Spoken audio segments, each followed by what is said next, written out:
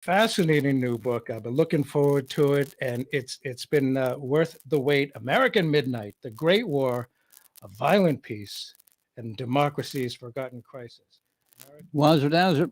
We the humans just keep moving the goalposts. You can't keep us happy. No way. We're trying not to find our fit as fast as we can.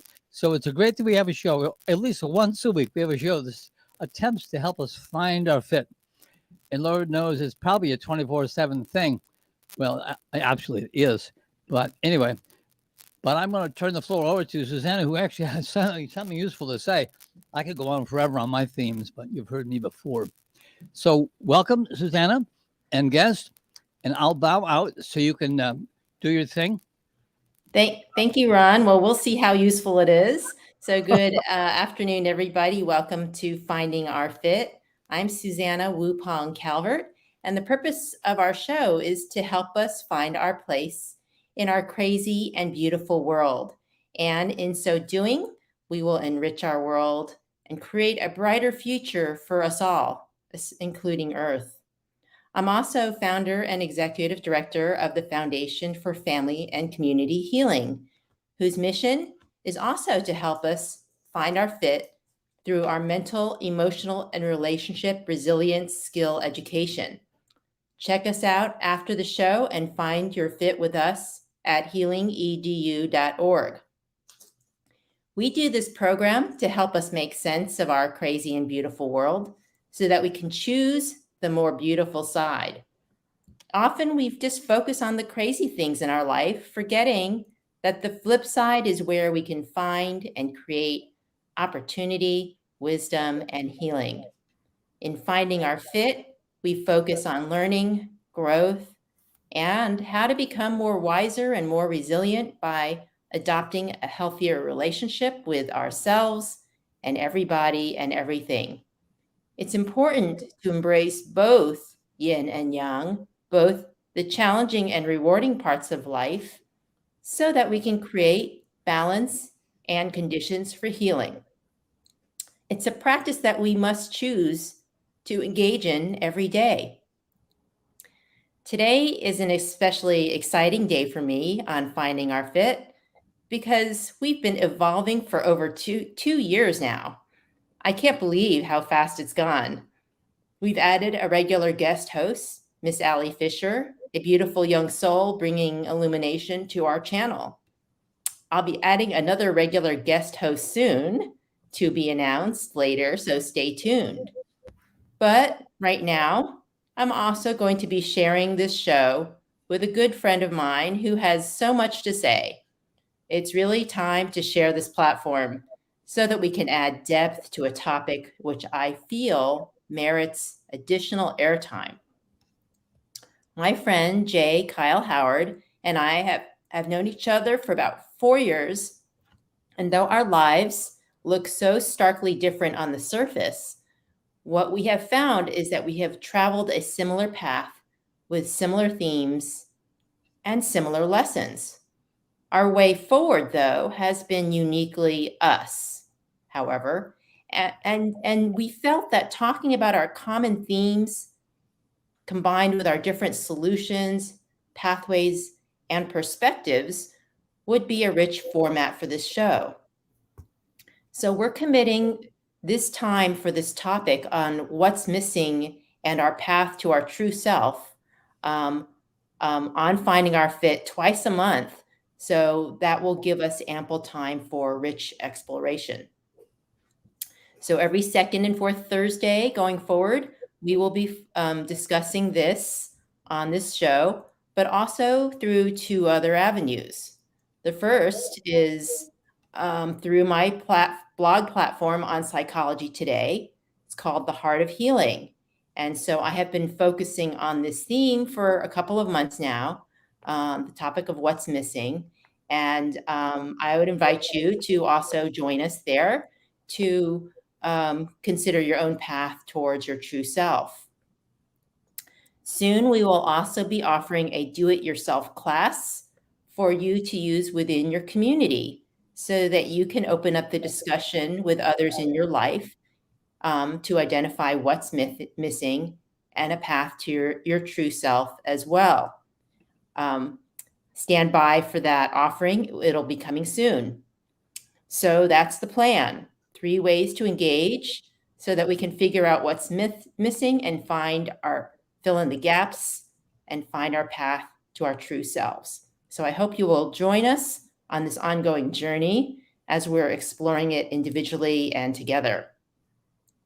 But let's get moving and start by introducing you to Dr. Jah Khyle Howard, who is author, former technology executive, and the founder of the Universal Publishing Company, as we discuss Path to True Self, What's Missing, and you Finding Our Fit series. So welcome to Finding Our Fit, Jay. It's great to have you on the show. Thank you. Good afternoon, everybody. So Jay, tell the listeners a little bit about yourself, since they don't know you yet. This is the first time, your inaugural debut, I guess, on our show. So tell folks a little bit about yourself. So I am a confirmed nomad. I tend to move around a bit, basically because I was just trying to find where I fit in the world. And up until now, no place has actually felt proper for me. I live out in California now, and I find that this place is a perfect fit for me.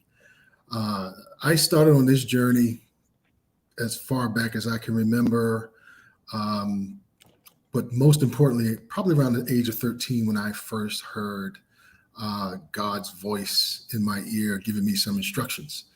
And I was always somewhat of a loner, and so it wasn't odd to hear just some voice, but ironically, this voice told me to cut class that day, and I did. And I actually wound up having one of the best days of my life. I wound up in downtown Baltimore in a place that I've never seen before. It was a completely different world to me, museums and orchestra settings. And I just kind of spent the day there. And from that point forward, that voice was always with me, even when I didn't always listen, you know. But I've always searched for the longest time to find out exactly where in this world I fit. The toughest thing about this subject is it's hard to articulate. You know, like it's a feeling. And at least for me, it's tough to define a feeling. Like, you know, we get the basic labels, love, hate, those kind of things. But when you feel out of place, out of sync, out of tune, there's never really an exact word or phrase that you can use to describe that. And so trying to get professional help or talk to your friends or family or someone to kind of get some insight into that, it's hard to articulate what exactly that is. But you know deep down inside that something's just off and you don't really know what it is. And that starts the journey. So I introduced the show by talking about how we've been on similar paths, but in such different ways. And like the two things you said would pretty much define some of the major differences, but not all of them.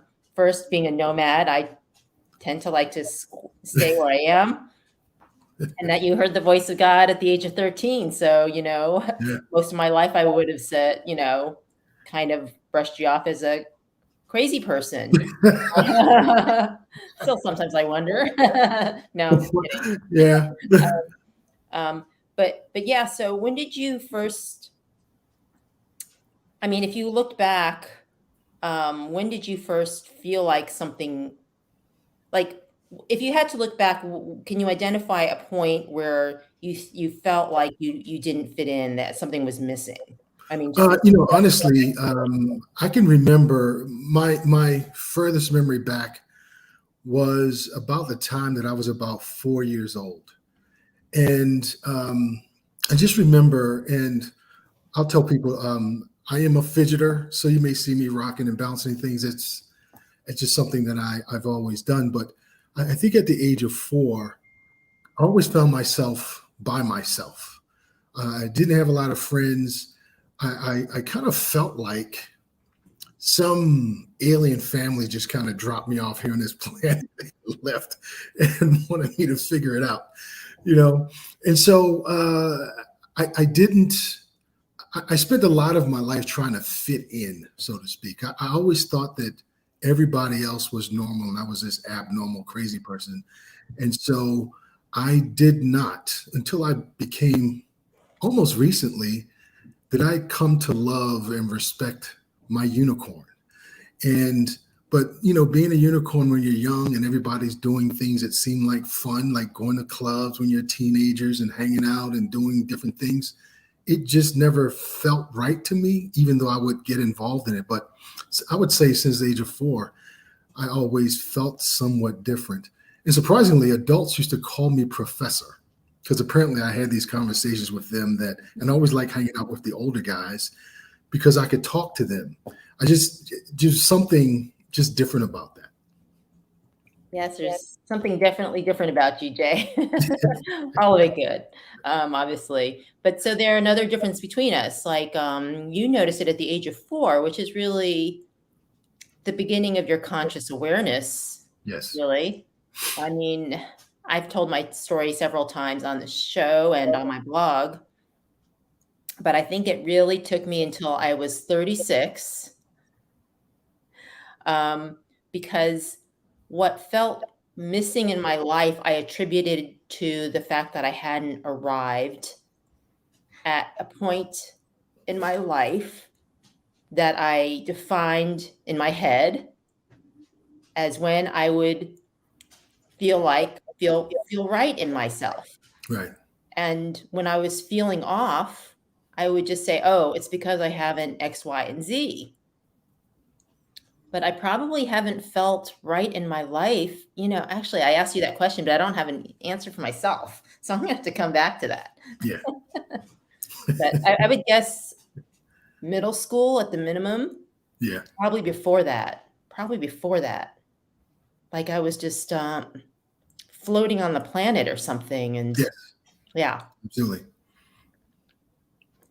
Well, so I feel it's important to also just tell the listeners a little bit about your backstory, because obviously you're a self described nomad and unicorn, but your life itself, I think, is just so inspiring because, I mean, another place that we're very different is, I would say I really grew up in a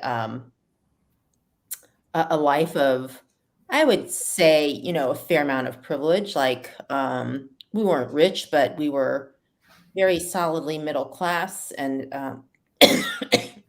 my parents really instilled in me that, excuse me, the importance of education, and especially doctor, lawyer, engineer were the 3 or 1, depending on how you count them, given there were never any commas between them.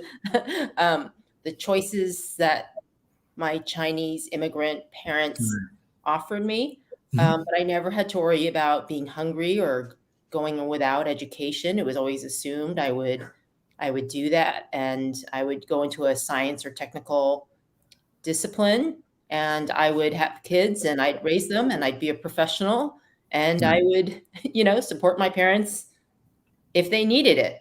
Right. But that wasn't at all what your life was like.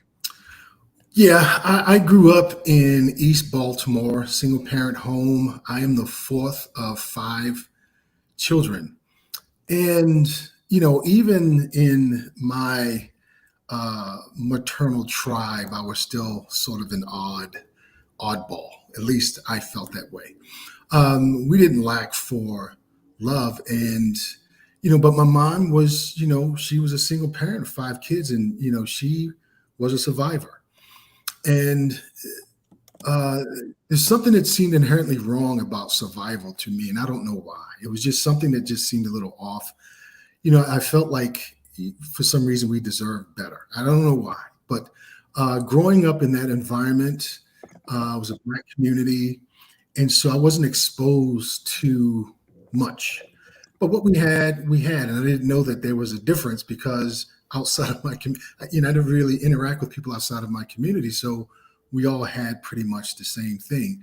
The turning point for me, though, happened when I was 8. I was sexually molested at 8 years old. And in my mind, I figured out that being outside alone was bad. Bad things happen to you if you go outside alone. And so, in order to protect myself, I would stay in the house. And there were 2 goals that I had in mind. One was I told myself that I was going to work hard to get big enough to protect myself. As you can see, I've done that. And the other thing was to avoid someone being able to take advantage of me again.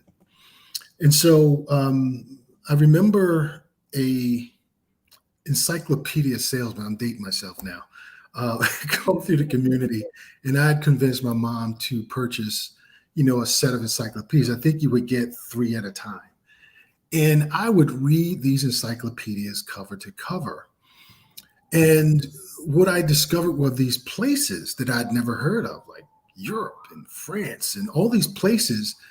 And I envisioned in my mind that at someday I would be able to visit those. And I think that was around the first time that I started setting goals for myself. Didn't know how I was going to do it, didn't know it was available. But I think that situation kind of made me more of a loner than I already was, because I wasn't afraid of people. It was just that people disappointed me at an early age. And I just felt like I didn't have support and love. And I mean, I was wrong, but as a child, trying to figure out the workings of the world without, now granted, I was threatened that if I said something that me and my family would be met with some bodily harm. And so I took it upon myself not to say anything. But at the same token, it affected me physically, but also, I'm trying to figure out who I am as a male. And so that kind of messed with me too. And the lingering effects, I had sons, and I felt odd just changing diapers because they were males. And so I've always had this separation with my humanity. And so growing up, my spiritual side and my human side was just out of sync. They was just disconnected. And it was far easier for me to stay within myself, and because I felt safe there. And so I went through life that way, not really connecting with people. I would be out with people, but not with them. If the crowd was going to the right, I went left. And it impacted everything, relationships, my choice in people that I hung around with. I can guarantee you that none of my boys would tell you that I was father of the year ever. So it impacted that. And so I was emotionally stunted and just disconnected from things that we would define as humanity. And so what I learned through those years was how to take things and just stuff them down. I wouldn't show an emotion for anything. And I got really good at it until I didn't. But, I learned how to suffer in silence. Yeah. So you've just unpacked so much there, Jay, and I thank you for being so honest and sharing your story. Those are not easy things to share, and I also know that there are times in our life that we can't even acknowledge them, much less share them with others. So I just want to thank you and praise you for your self-awareness and your commitment to your healing and growth, and now your willingness to share your story and your lessons with others, like I am, so that we can get this conversation going. Yes. And help others move along forward. So just as a reminder, this is WRWK 93.9 FM. We are on Finding Our Fit. I'm Susanna Wupong Calvert, here with my friend, Dr. Jah Khyle Howard, author, former technology executive, and the founder of the Universal Publishing Company, discussing Path to True Self, what's missing, and this as a new Finding Our Fit series that we're going to be talking about second and fourth Thursdays going forward. We would love to hear from you listeners. So if you want, you can give us a call at 804-464-1089, or those on Facebook. We'd love to hear your questions, comments, or your own stories by popping them in the chat. So, as I mentioned, we will be unpacking, or actually, I can't remember if I said it, but we will be unpacking our stories in chunks. So today will be kind of an overview of where we've come from, where we've been, and kind of the overall theme of this series and the Psychology Today blog that I'm writing, and the do-it-yourself class, where we would encourage you to tell your own stories so we can learn and grow together. So yeah, I feel like it's interesting because, you know, you came from this background that it's so different from mine, but in some ways it was similar because it ended up us kind of shutting ourselves off from parts of us. And,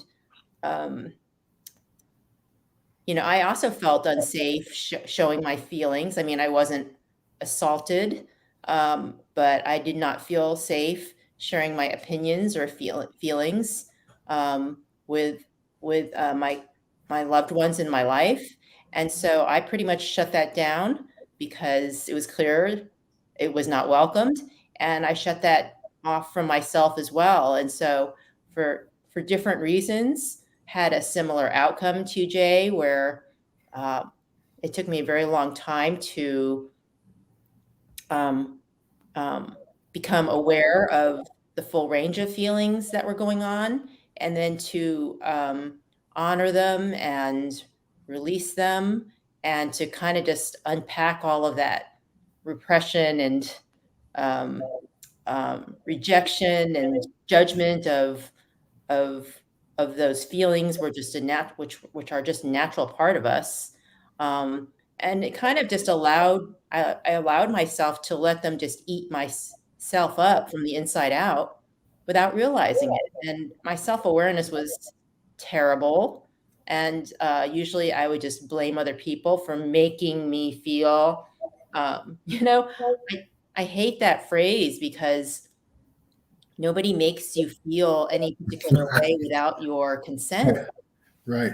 And so I actually had a kind of an argument with a very smart person about this, because you know, I finally figured out that nobody makes you feel a way. It's Correct. your perspective and how you interpret the situation that causes you to have an emotional reaction. And so if you change your view of the situation, for example, if you stop viewing yourself as a victim, or stop blaming yourself for everything, for example, or if you stop blaming other people for what is just normal human behavior, oftentimes, not always, that you won't necessarily have the same feelings that you would using those old beliefs. And so if you change your view, change your beliefs, then you change how you feel. And when you feel like, oh, I am empowered to change my situation and the way I feel, then you feel powerful instead of victimized, or you have agency instead of feeling like others are doing something to you. And so this is just like absolutely one of the most important lessons of my life. Right.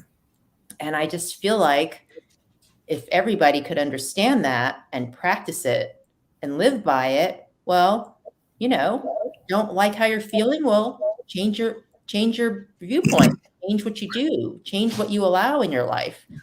We are total masters of our world. Like we control our viewpoint, therefore we control what Right. what we perceive, and therefore we control, or we have great influence on our feelings and our internal state. We're so powerful. Yes.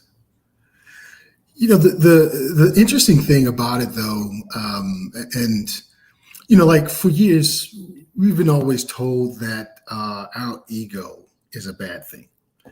And when you really think about the ego's sole purpose is to protect us from any and everything, right? So status quo is the thing that ego wants to maintain. And so what I discovered about feelings, that feelings are generally defined by something that happened in the past. And so because we don't want to have that experience again, the ego pops in and goes, hey, this looks like something that bothered you in the past. Here's the feeling that went along with that.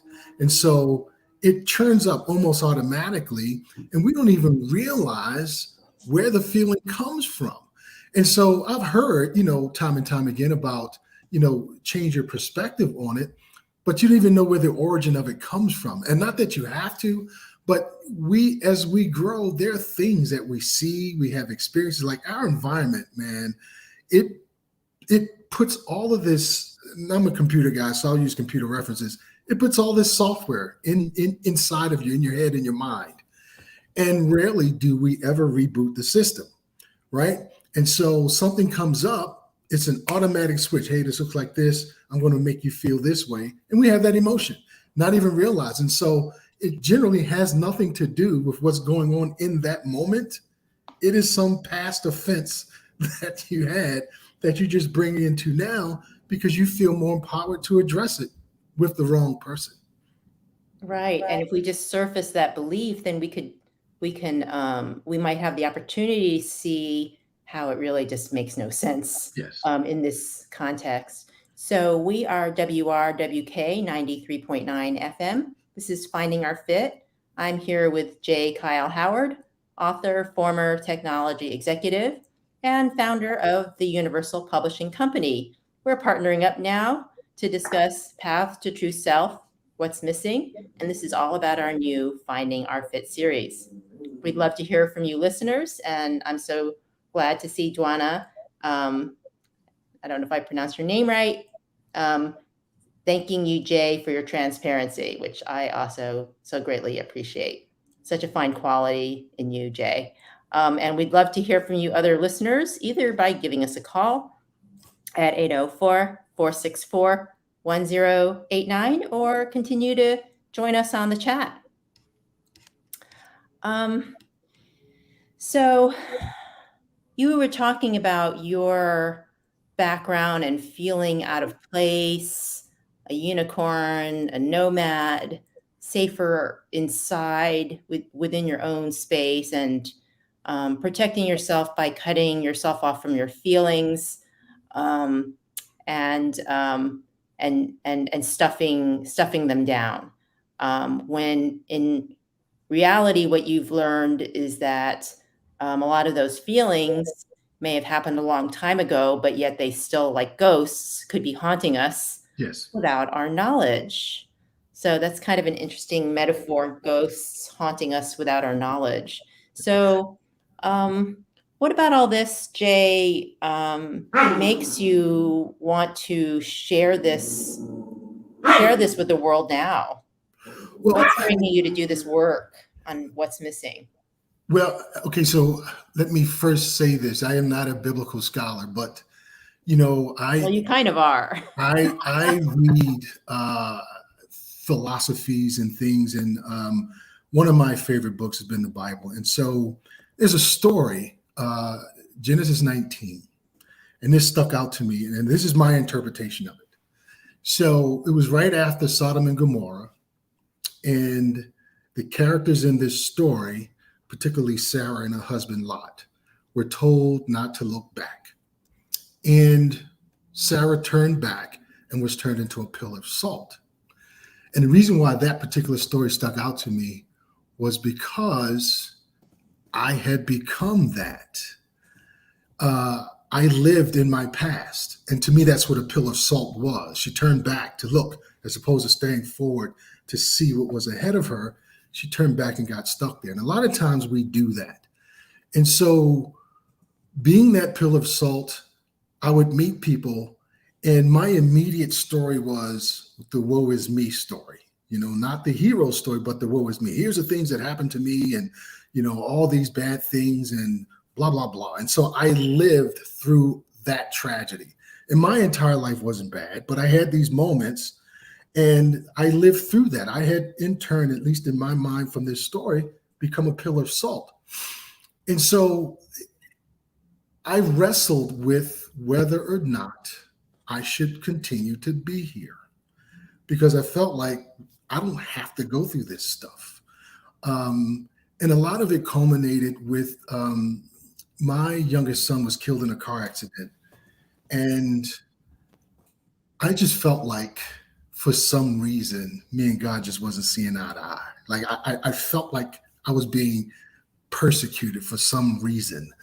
And, I thought, well, I don't have to be here to endure this. Like there's nothing keeping me here but me. And so I could easily check out. And my perspective was to make the pain go away. I wanted the pain to stop. And so I sat down and I contemplated, I figured out the time I was going to do this thing. And I remember sitting in my mother's basement. It was about 2:00 in the morning. And the strangest thing happened. My son, my oldest son, he was very young at the time. He came downstairs in the basement at 2 a.m. with 2 cans of beer, and he sat in my lap. And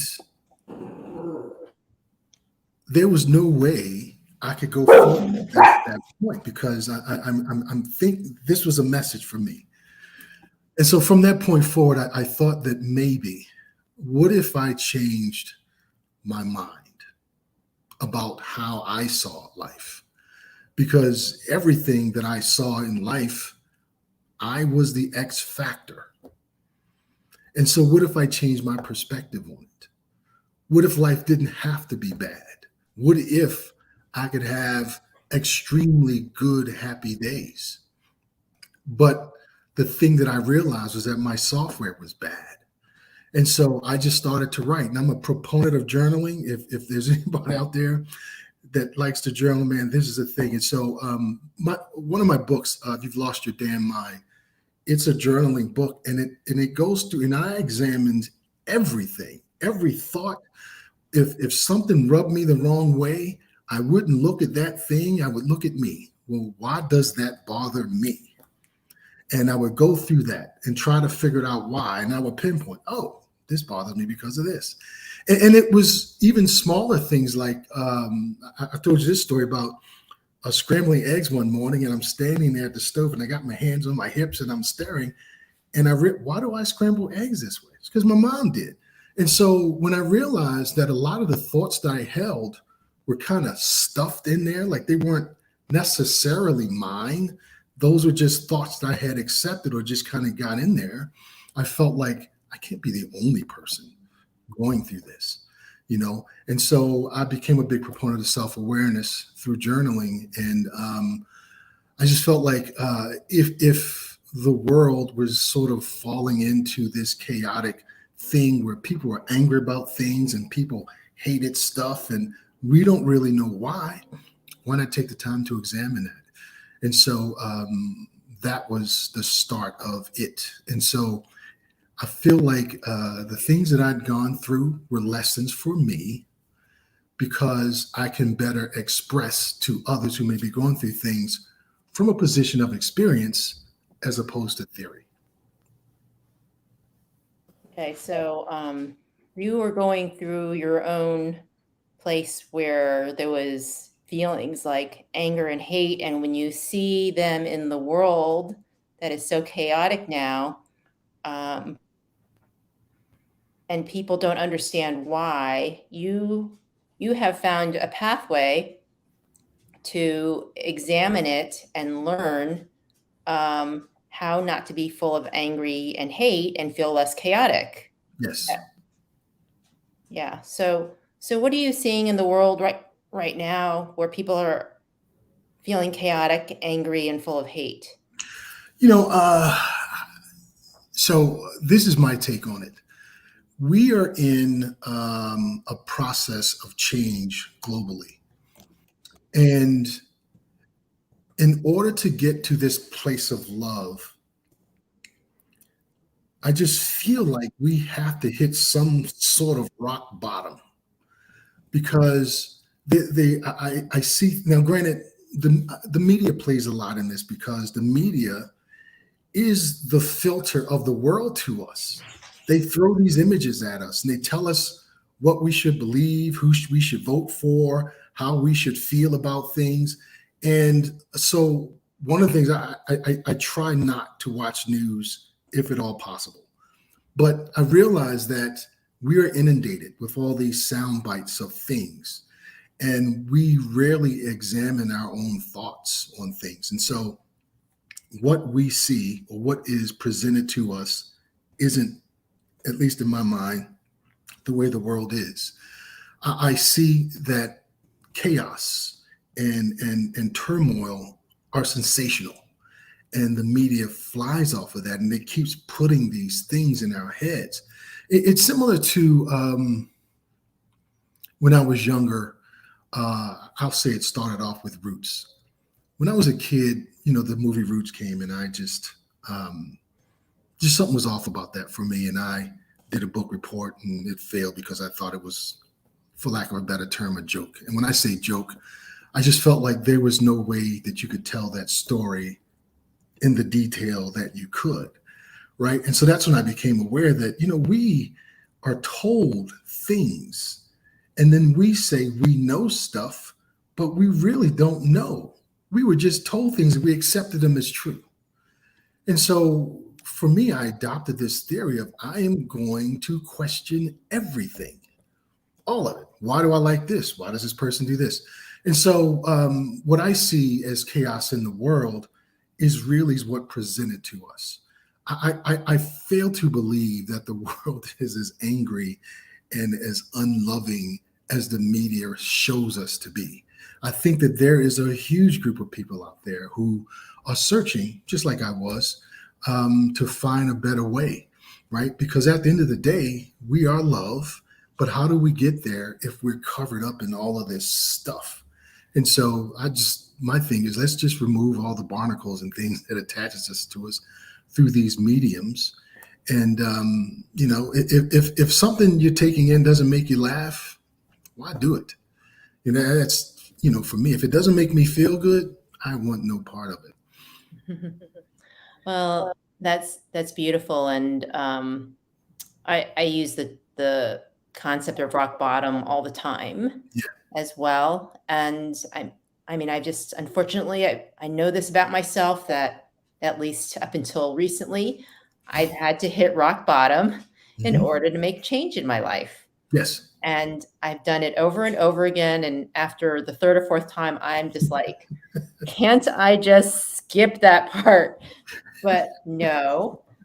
However, what I've discovered is that I don't have to go all the way to rock bottom, and I don't have to stay there for very long, because the more I go, oh, this is rock bottom. Yep. I know that I need to change my perspective or belief about something. And this perspective or belief was totally hidden from me. I didn't know it was there.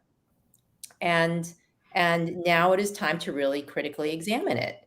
Yes. And when you get used to that process of, oh, here's a rigid belief that's getting me stuck, you just dive into that examination. And so I don't have too many, well, I feel like I should knock on wood. So it's just become a much easier process. And like you, my motivation has been for not just people who've been really under-resourced and underprivileged and traumatized at young ages, but for everyone, because we all have this choice to make as to whether we focus on the chaotic, the challenges, the trauma, the pain, which are real and are there, but whether we give all of our time and attention to it, Yes. And what percentage are we giving to the beauty, the kindness,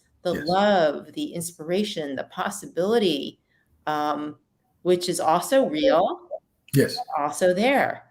So the thing is that the whole spectrum is there on everything. Yes. And I'm not saying we should be Pollyanna-ish and only focus on, the 95th percentile of beauty and love. Yeah. But I'm also saying maybe we shouldn't be so cynical and hard on ourselves and hard on others, hard on the world, and only focus on the hardest, 5%. That having a healthy balance of yin and yang, Yes. where we do both, we Mhm. go into the challenging side so that we heal and we feel all the pain and we Yes. acknowledge and we explore ourselves and our beliefs. And then we Yeah. move, and then we also use the positive side for inspiration and healing and gratitude and remembering that we used to feel so much worse, or we can find solutions not just for ourselves, but for our families and communities. Like we are so powerful. And what I learned was like dwelling in that self-pity or that anger and resentment, like just drained my power. I was powerless. I was wallowing. I didn't have any energy or time for that healing and creation and beauty and connection because I was so consumed with this end. Right. So that balance is really more art than science, I feel, but so worthwhile. And really, I feel like my life's work is to helping people awaken that, yes, that yin, the pain is there, but also the yang, the beauty and the generative side, like they're both there in this dynamic balance.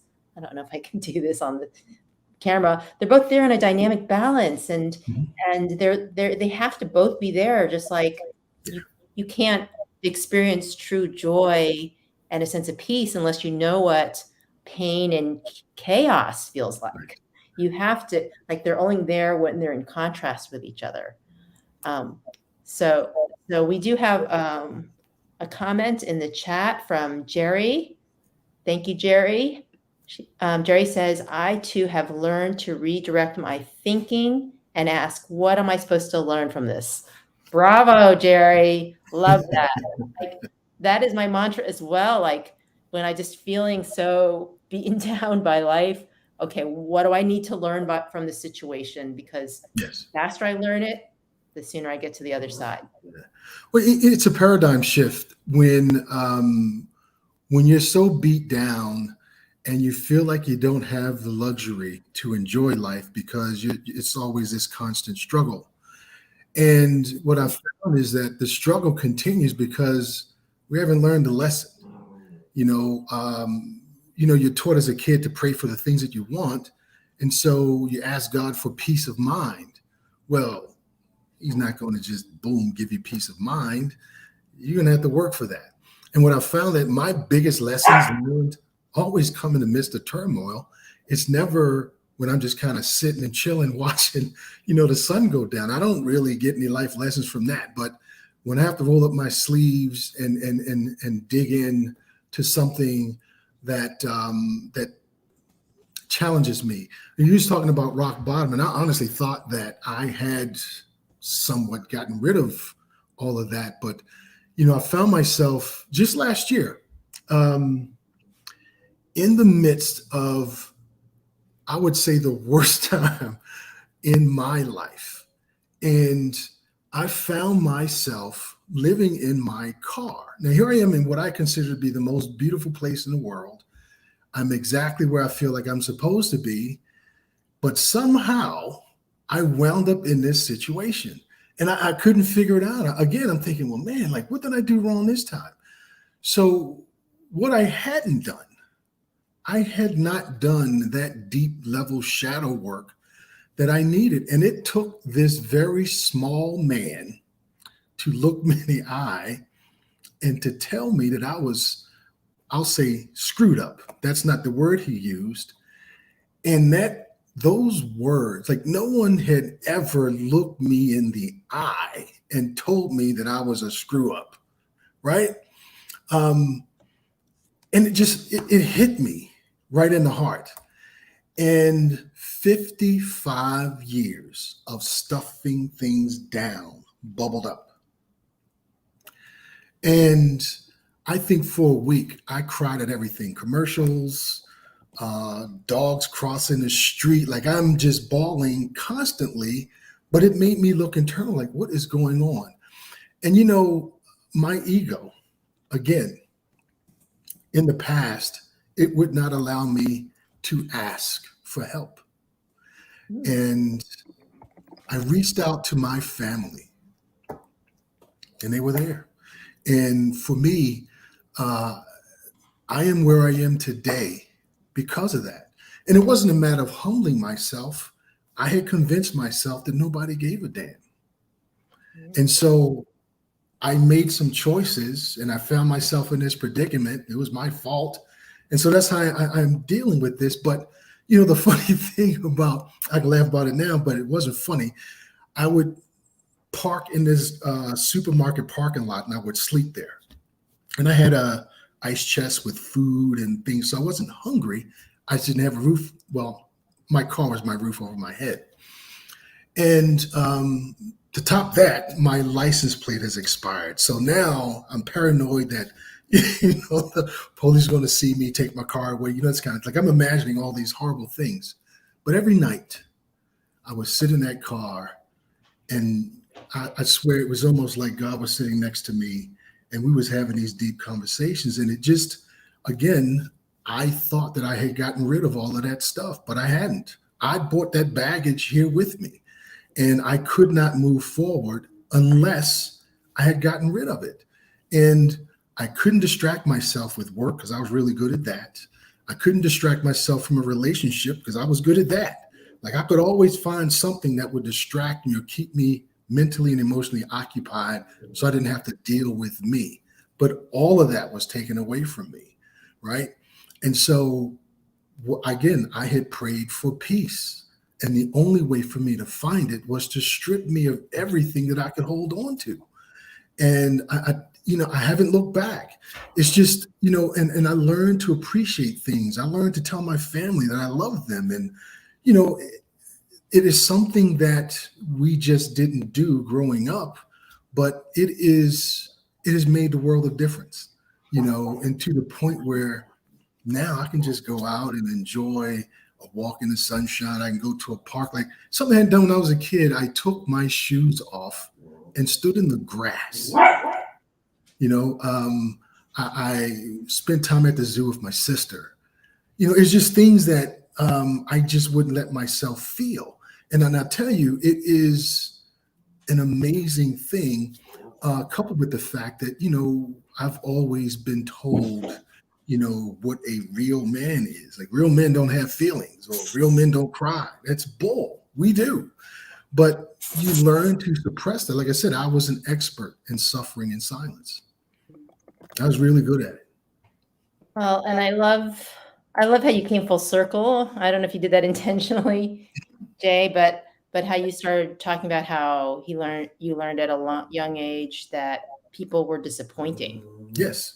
And that you had yet another rock bottom moment when you thought you'd worked through them all, and only to realize that the people who you maybe disappointed you decided had disappointed you when you were young were actually there for you. Yes. And so this is the beauty of that self-exploration and openness. Yes. With openness. Absolutely. To dig in deep and discover our unspoken, unrecognized beliefs and surfacing them, questioning and challenging them and healing them, because that has stood in between you and your relationships and other things in your life for all those years. What a beautiful story. So we are WRWK 93.9 FM. This is Finding Our Fit. I am Susanna Wupong Calvert, here with Dr. Jah Khyle Howard, author, former technology executive, and the founder of the Universal Publishing Company. We're discussing the path to our true self, what's missing, as our new series on finding our fit. So we hope you will join us on second and fourth Thursdays going forward, and on my blog on Psychology Today, as this subject merits a deeper dive. We'd also love to hear from you in the chat or on Facebook, or by giving us a call at 804-464-1089. So glad you're here with me today, Jay. Pleasure to be here. I love that you did that work, and I know for me anyway that this is always an ongoing effort. And Yes.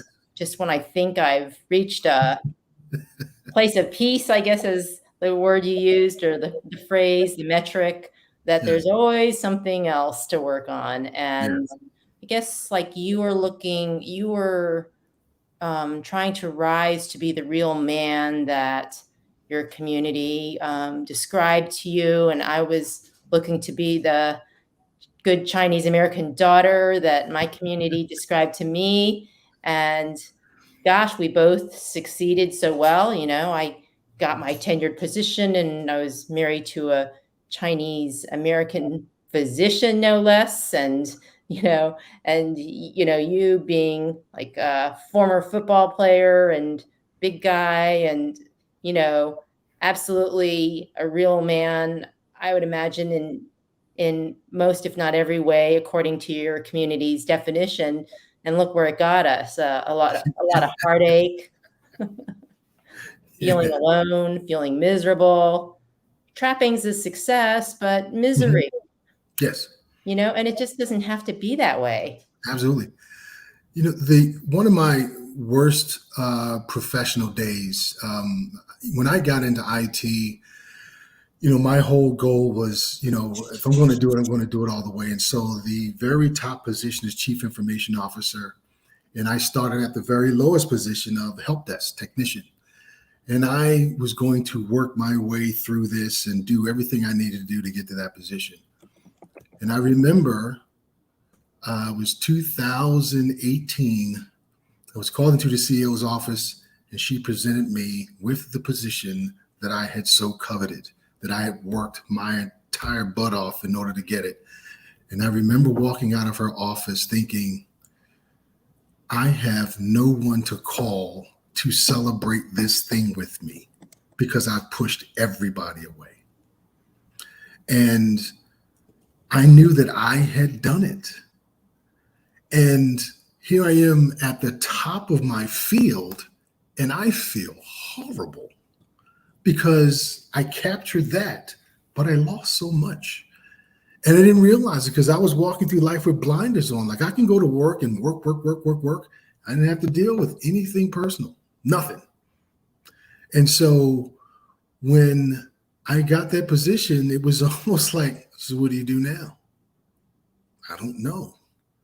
And I'm looking around, and I could see just the mayhem that I had created for myself just by pushing everybody away and not getting involved or engaged, and, just stayed in my own little bubble. And, it was funny because I wound up leaving that position after being in it for about 1.5 years, 2 years. And everybody was flustered, like, what are you doing? Because I realized that wasn't what I needed to feel fulfilled and balanced and loved and have the experience of loving and those things. And so I was allowed to chase it, and I chased it. I did. And I spent a lot of time, but just being able to pick up the phone and say, hey, I just got this position, man, let's go out and celebrate. Nobody that I could call. Well, I can just tell you from personal experience that it's great to have somebody to celebrate with, but after that, you're still left with the, what did I just do? Feeling. And it would have delayed, I guess would have just delayed the reaction. Yeah. It did illustrate another gap for you. Like, I didn't have that particular gap, Yeah. in my life at the time. But, the way you just tell that story, it just reminds me of, my own story about, like I think I mentioned already, getting tenure. My life was a mess, but I remember like just going to my bosses, my department chair and the dean, and like I got tenure, and gosh, like everything, I checked off everything on my list, and I went to them and I said, okay, I got tenure. What now? And Mhm. they said, you keep doing this till you get professor. And I was like, no, that can't be right. So I went to the dean and I asked the same question to the dean. He goes, you do this till you get professor. And I was like, no, like that can't be the answer. Yep. And I think, within a year and a half, same thing as you, I just said, I can't do this. Yes. I can't do this anymore. And I think I'm probably the only person who ever voluntarily gave up tenure Wow. and staying on. And fortunately for me, they invited me to stay on and teach because I didn't have a plan B. and I enjoyed the teaching. I mean, I enjoyed the research, but it just wasn't me. It was soul crushing. Yeah. I admire that in people, who can do it well and all that. It just wasn't me. But I enjoyed the teaching, and eventually I was offered some administrative work, which I really loved. Mhm. My colleagues would have said I went over to the dark side, but I loved it. I loved just helping people and working through problems like that and helping them do their jobs or learn more efficiently and effectively Yeah. and greater Yeah. impact. Like, it's like, yeah, I can be a support person. I could be that IT help person, so to speak, and make a difference. And so I'm really grateful because I was able to continue to find my fit in my life, and it evolved in so many other ways. But these are, I feel like, is a very good sampling of why we are doing this show Yes. together and combining it with the blog and this do-it-yourself course coming up soon, because it's such a rich subject. And what we're going to do is every show will focus on a different theme, which we probably touched on today. And next time it'll be like the cover up, like all that stuffing and repressing and what that had to do in our how that impacted our lives and why we did it, and how we got out of that. But we'll take a different theme each time, as is my blog. We're going to kind of follow along the theme of the blog. So we really encourage you to read along, listen along, talk along, learn along, share along, and maybe our rock bottom moments will be less frequent and shorter, and our learning faster and more brilliant. Amen. Amen to that. So just a reminder that I also invite you to continue finding your fit with us between shows with the Foundation for Family and Community Healing, because we really do explore these topics of self-awareness and managing ourselves, managing our relationships. You don't think those topics came out of thin air, right? They're from lived experience as well as the science, and we walk you step by step through the process. So check that out at healingedu.org. And thank you, Jerry, for your thanks. We thank you for joining in. Thank you, Jay. I'm just so excited about this collaboration.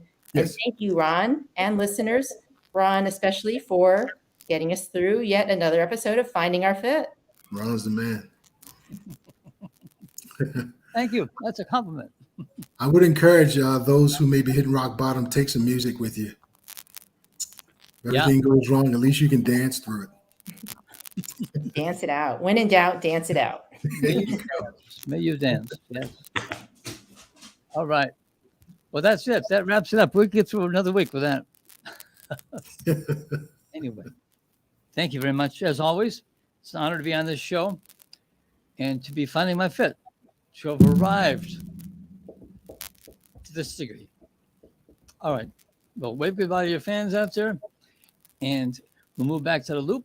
I think Sarah Louise is waiting in the wings to say, here is, well, give our station ID. So, all right. It's been fun. We must do this again.